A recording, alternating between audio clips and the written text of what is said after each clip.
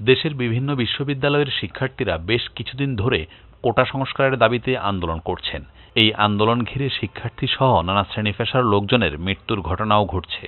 কোটা সংস্কার আন্দোলনের চলমান পরিস্থিতি নিয়ে সম্প্রতি একটি গণমাধ্যমে কথা বলেছেন 21শে পদকপ্রাপ্ত গুণী অভিনেতা, নাট্যকার ও নির্মাতা আবুল হায়াত।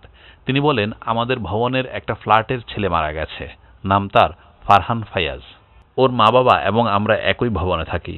পুরো পরিস্থিতি নিয়ে আমার বলার কিছু নেই।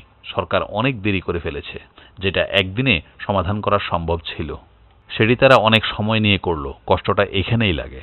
আবুল হায়াত বলেন, সে একই সমাধানে তো এলো তারা। যেটি বলেছিল সম্ভব না, সেটিই তো তারা একদিনের ব্যবধানে করে ফেলল। সুতরাং এটা সেই দিনে সম্ভব ছিল। প্রথম দিন না হলে দ্বিতীয় দিনে সম্ভব হতো। এই জন্যই বলি, সময়ের 1 ফোঁড়া, অসময়ের 10 ফোঁড়া। অনেক কষ্ট পেয়েছি। আমি আসলে এই কষ্ট প্রকাশ করতে পারবো না।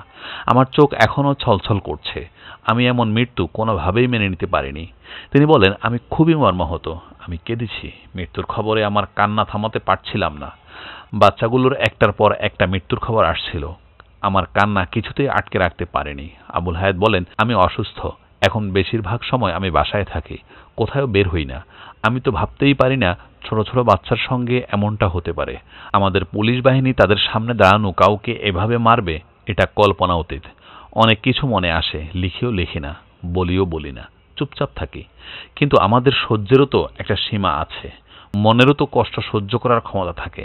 বৃহস্পতিবার কি যে কান্না কেঁদেছি। আমার মেয়েরা আমাকে ফোন করে কত সান্ত্বনা দিয়েছে।